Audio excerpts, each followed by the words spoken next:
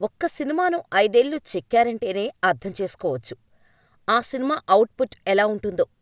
పేపర్పై రాసుకున్న గామి కథను కెమెరాలో బంధించాలంటే పెద్ద సాహసమే చేయాలి.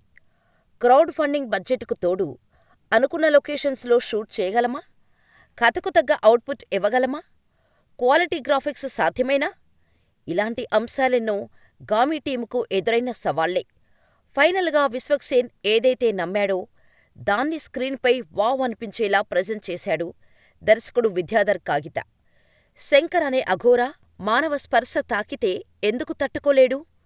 అసలు అది రోగమా, లేక ఏదైనా మెడికల్ ఎక్స్పెరిమెంటలా అనే క్యూరియాసిటీతో మొదలైన గామి హిమాలయ జర్నీతో ఇంట్రెస్టింగ్గా సాగింది.